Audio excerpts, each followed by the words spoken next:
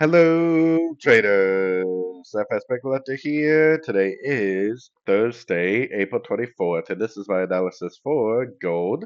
If you haven't done so already, definitely do check out my free Discord channel, which is linked out here in the corner at the end of the video. And make sure to take a look at my website, fxpipcollector.com, and watch the video on the home screen to learn more. So gold did end up drifting up yesterday or late last night. It definitely did take out this low, which is exactly where you would expect either a wave A or a wave 1 to turn. Now we're drifting up, we're likely in either a wave B or a wave 2. Luckily, we trade wave Bs and wave 2s exactly the same, which in this case would be looking for longs on sort of time frames. I would expect this to go up quite a ways, probably at least to the 61. And gold does have a tendency to make some pretty decent pullbacks, so it could even go up to the 78 or even the 88%.